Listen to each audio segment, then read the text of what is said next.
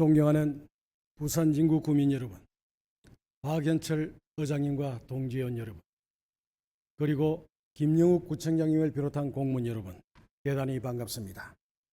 부천 1동, 양정 1, 2동을 지역구로 한 국민의힘 구의원 성낙욱입니다. 오늘 저는 양정 1구역 재개발 사업의 기부 체납 논란과 관련하여 사실관계를 명확히 하고 무엇보다 주민 실익이라는 관점에서 말씀드리고자 합니다. 이번 논란을 이해하려면 먼저 기부 체납의 성격을 정확히 짚어야 합니다.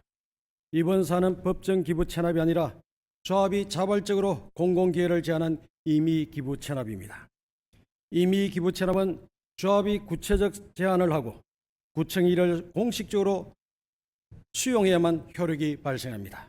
따라서 제안 내용이나 이행계획이 변경되면 조합은 기부 의사를 조정할 수 있는 구조입니다. 즉 이번 논란의 본질은 누가 무엇을 제안했느냐가 아니라 임의 기부 체납 절차가 어떻게 진행되었는지를 이해하는 데 있습니다. 임의 기부 체납은 구청이 일방적으로 결정할 수 없는 사안이며 조합과의 협의와 절차적 정당성 확보가 필수적입니다. 1. 2021년부터 2022년까지 기부 의형 문서 부재.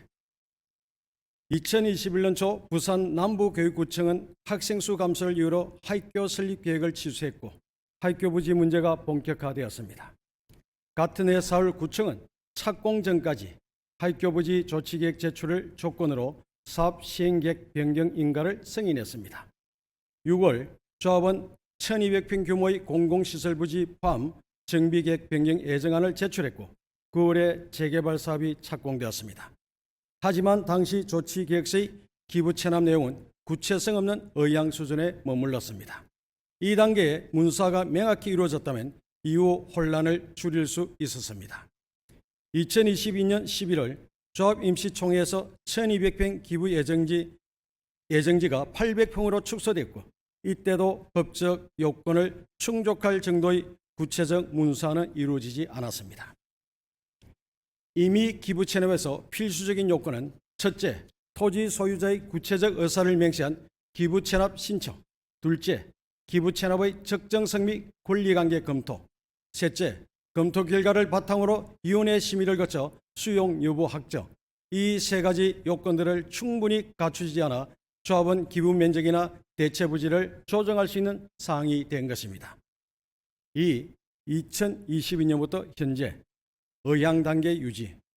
2022년 7월 새 구청 집행부 출범 후 조합은 기부 체납 안건을 가결하고 2023년 6월 구청에 정비계획 변경안을 제출했습니다.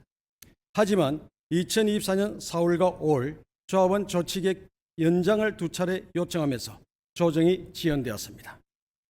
결국 2024년 7월 20일 조합은 변경 신청을 스스로 철회했고 구청은 이를 법 절차에 따라 수리했습니다. 이 일련의 과정들은 이미 기부 체납을 여전히 의향 단계에 머물게 하였고 최종 기부 여부는 조합의 검토 권한에 있습니다. 3. 이번 논란의 핵심은 초기 문서화 확정. 이번 논란의 핵심은 초기에 문서화 확정하지 못한 절차를 어떻게 바로잡을 것인가입니다. 부지 규모나 가치 비교 같은 주변 논점보다 초기에 명확히 기록되지 않은 조합의 기부 양을 정리하고 제도적으로 명확히 하는 것이 중요합니다. 일부 언론에서는 의도성을 의심하는 보도가 나오기도 했습니다. 그러나 이는 성급한 판단일 수 있으며 임의 기부 체납의 구조적 특성과 2021년에서 2022년 당시 문서 상태를 먼저 확인했더라면 보다 정확한 보도가 가능했을 것입니다. 명확한 사실을 근거로 하지 않은 보도는 오해를 초래할 수 있습니다. 따라서 논란보다 사실과 절차를 기반으로 이해를 복원하는 것이 필요합니다. 4. 항유 과제, 주민 실익 중심 공공기여. 현재 가장 중요한 과제는 양정 2동 주민에게 실질적으로 도움이 되는 공공기회를 확보하는 것입니다.